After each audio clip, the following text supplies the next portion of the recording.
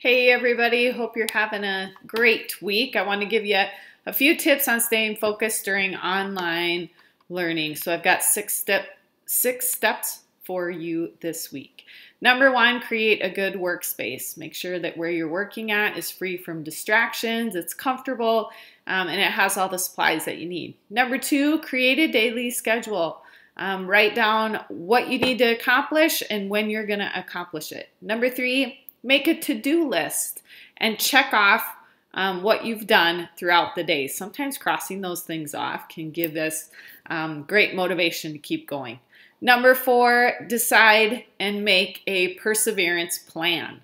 So when things are challenging and tough, what are my strategies to help push through those hard things so that I can accomplish what I set out to accomplish? Number five, schedule in rewards. Reward yourself.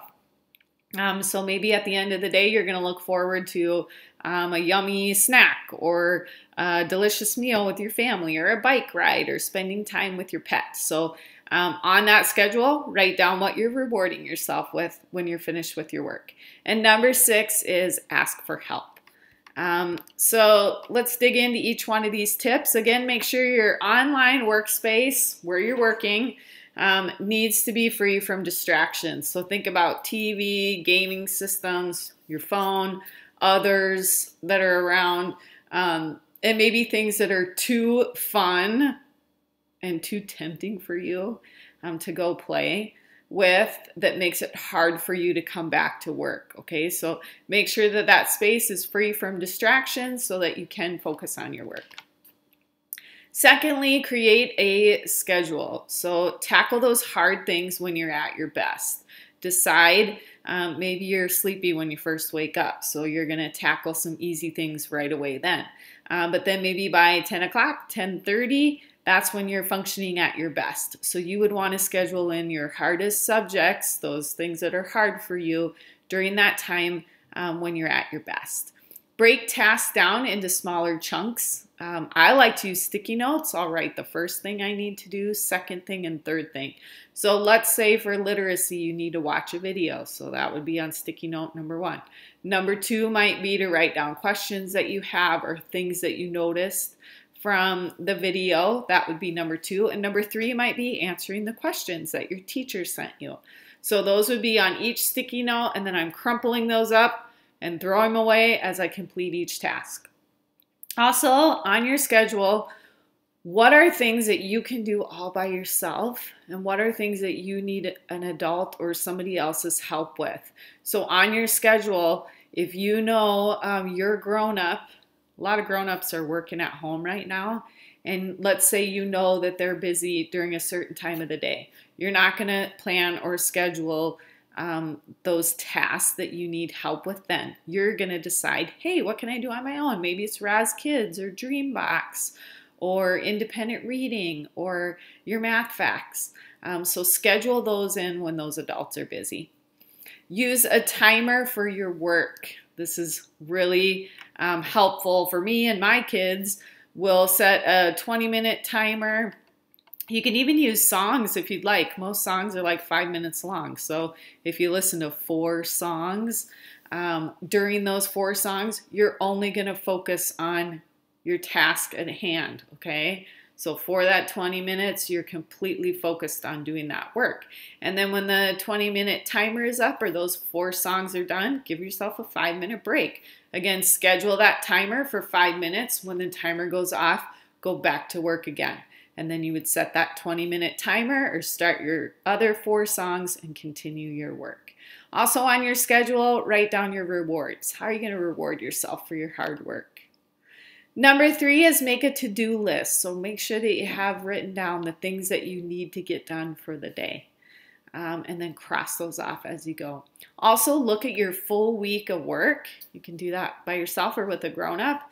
And find out, are there big projects that I can break into small chunks throughout the week so that I don't procrastinate and wait till the very end and have all this work that I need to accomplish. So try to break that up throughout the week. Number 4, come up with a perseverance plan. We know this is hard. What we're doing right now, is something that nobody else has had to do. So we are really doing some tough things right now. What is your perseverance plan to help you accomplish those hard things? Think about your coping strategies, and specifically those strategies that help get you back to your schoolwork. So maybe things like video games might be too tempting to just stay and continue to play and not move back to your schoolwork. So that might not be a good coping strategy. Maybe instead you're going to use positive self-talk or take a walk or get a drink of water. But make a plan. What's your plan for when things are hard and you don't feel like doing your work? What's your plan to help you through that? Think about that positive self-talk or coping strategies and use a timer to help you accomplish those hard tasks. Number 5, schedule and rewards. So think about when I'm done with my work today, when I've accomplished my work and I've met my goal, how can I reward myself? Think about something that you enjoy doing. Maybe it's bike ride, playing catch in the yard, playing with your pet, playing a special video game, making a yummy snack or a meal with your family.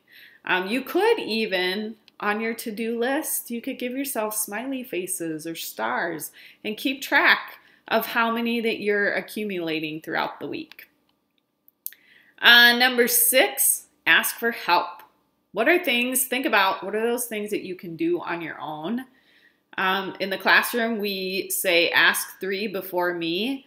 At home, maybe you could try 3 things before going to a grown-up. So what are 3 things that you could try? Maybe it's asking an older sibling, messaging a classmate on a personal device to ask them your question. Maybe they've had the same question or they know the answer. You could try a different strategy. So think of 3 different things that you could try before going to a grown-up. And then lastly, reach out to your teacher. If you're struggling and you've tried strategies, you've got a lot of these things in place and you're still struggling, please reach out and talk with your teachers. We want to support you guys right now. And if this is overwhelming, we want to work with you and help support you through your work. So please reach out to your teachers through email, through WebEx. Pay attention to those office hours, but don't hesitate to ask questions. Finally, if you want to just reflect, what was something that was really easy for you now, but was really hard before? And what steps did you take to overcome that challenge? So take a second. What was something that was easy for you now, but it was really hard before? And how did you accomplish that hard thing? Remember, you can do it. All right, I hope you guys have a great week. Keep up the good work. We've got this.